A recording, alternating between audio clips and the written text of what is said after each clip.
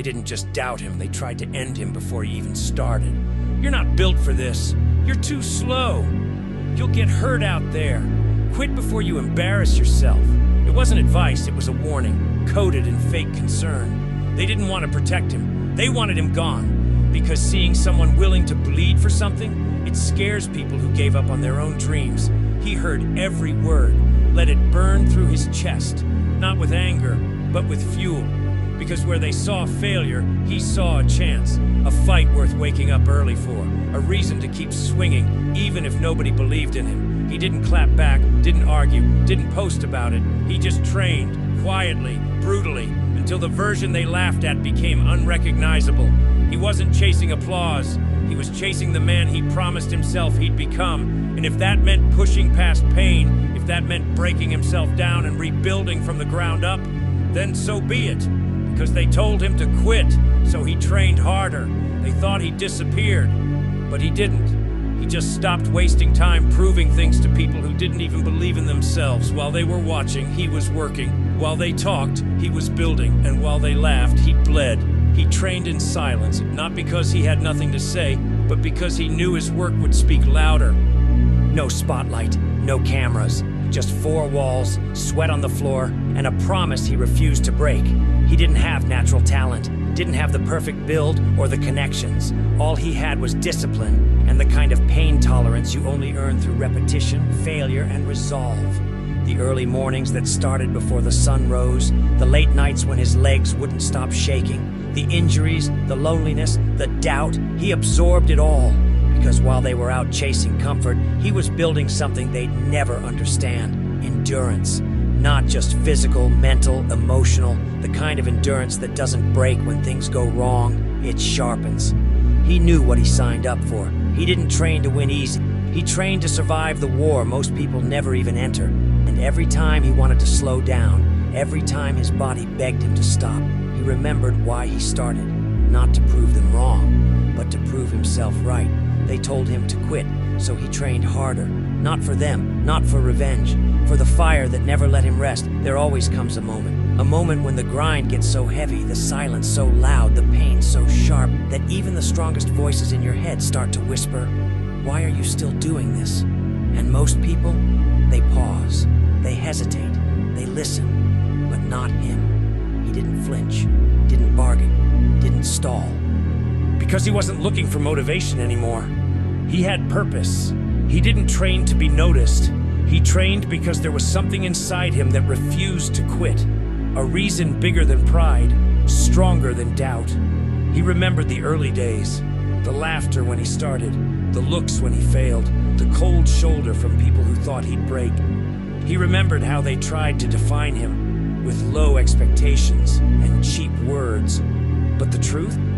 They never saw his fight clearly. They saw pain and assumed it would end him. He saw pain and used it to build armor. Every loss he took, he learned. Every win, he buried. Too busy chasing better. He didn't want a shortcut. He wanted the scars. The proof that he earned every inch. Because by now, the pain didn't scare him anymore. It fueled him. That's what happens when you stop running from the hurt and start embracing it like a sparring partner. Every bruise became a lesson. Every setback, fuel. Every "you'll never make it," a match thrown on his fire. He knew most people trained until it got uncomfortable, but he trained until it got real. That's the moment the shift happened, when it stopped being about becoming better than them and started being about becoming the version of himself no one could touch. Not the loudest, not the flashiest, but the one who couldn't be broken. Because when pain showed up, he didn't panic. He smiled. He doesn't talk much now. Not because he's bitter, but because he doesn't have to explain anymore. He let the results speak. Let the pain speak. Let the discipline echo through every rep, every round, every scar. They don't call him lucky now. They call him dangerous. But he didn't become this overnight. He earned it through silence, through suffering, through the 1,000 quiet moments where he refused to quit when no one was watching. He's not the loudest, he's not the most gifted, but he's the one still standing when the noise fades. Because he didn't listen when they said, "Quit." He listened to the voice that said, "Not yet, not now, keep going." He wasn't born with greatness. He trained for it. He failed for it. He hurt for it. And now, he wears it without apology. No more chasing validation. No more trying to prove anything. He became the kind of man who doesn't need to be believed in, because he believes in himself. And that's why he rose. Not because they finally gave him a shot, but because he stopped waiting for permission and made his own place. They told him to quit, so he trained harder, and now they don't tell him anything. They just watch. You see, the fight was never just about winning. It was about who he became in the process. The version of himself that didn't crumble when it hurt, didn't fold under pressure, didn't need a cheer to keep going. He built that version, piece by piece, day by day. When no one else believed it, they told him to quit. But those words didn't break him. They built him, because every time they doubted him, he got sharper. Every time they counted him out, he got stronger. And every time they told him he couldn't, he trained harder. Now they don't call him weak. They don't call him average. They don't call him anything. They watch, because the man they once tried to stop won't stop now. This isn't just about proving them wrong anymore. It's about proving something greater, that no one can stop the one who refuses to stop himself. So whatever you're facing, whatever voice is telling you to back down, don't listen. Don't quit. Train harder. Because the day will come when they no longer question your path. They'll respect it.